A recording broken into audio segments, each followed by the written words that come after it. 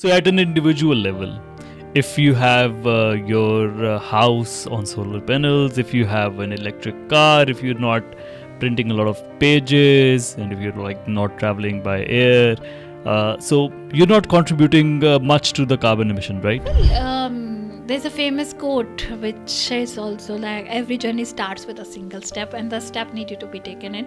If we just do our self accountability, which you say, there's a hundred other things which you can do. We can go minimalistic. We just go back to our basics. We just stop using plastic bottles. We just start using glass, steel things. We keep a bag in our car to go for the groceries. We can grow our own vegetables in our houses as kitchen gardening. We just don't throw our garbage in, like we just properly segregate that, put the recyclables out, put the aluminium and other thing around, and then the food waste we can use it in the composting. If we put that sort of efforts, and that's the thing, these are the things I am telling you I do in my practice that in my life. Right.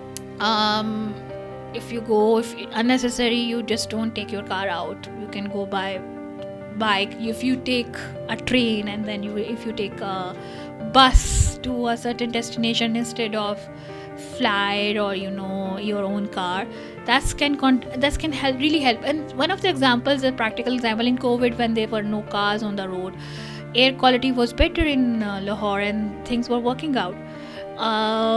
But that was an unexpected scenario, and but we need to factor in that अगर ये हम कुछ कर रहे हैं, क्या ये बहुत ज़रूरी है, इसका इम्पैक्ट क्या है.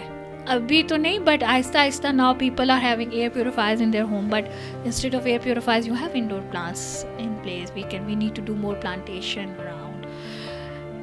More importantly, agar you see, I lived in Australia, I lived in UK, US. At individual level, people are so compliant towards these things. There's a duty of care concept in Australia where I was studying, and it was also my thesis topic as well.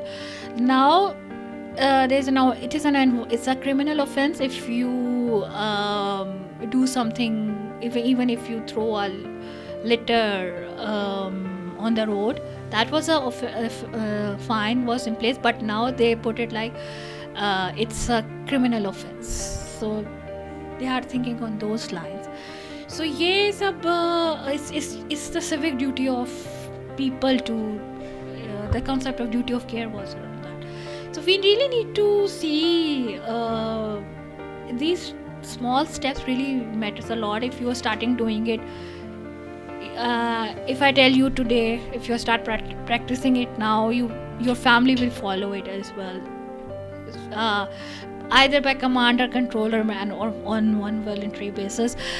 You see it now, kids teaching you don't use. I'm sure because kids are being taught these environmental education. They told you plastic, don't take the plastic bag, which is good. Our new generation is more environmentally sensitized on that fact.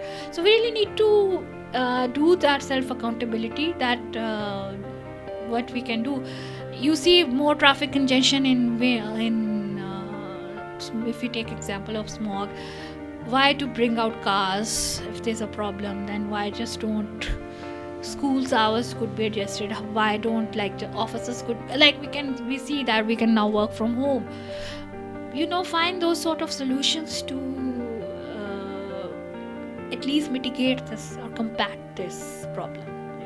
So because like otherwise, clean energy stove is also in rural urban areas emission factor. So there's in Africa clean stove projects. I mean, I was in COP and we just attended one session, and it was all Zimbabwe was leading that, and it was on clean stoves policy they have been in place, and they were putting so much effort there. So clean stove say exactly क्या होता है? Clean energy stoves, like because there's a certain if you burn organic cow dung and all that, produce more emissions.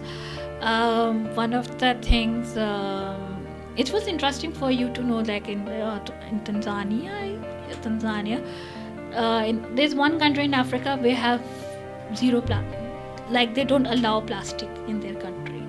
You cannot take plastic bag. They check on the airport. You cannot take that inside, and you don't find any plastic there. The bags are from leaves and all those sort of things. So I mean, if it's not a question of money, it's more about question of commitment.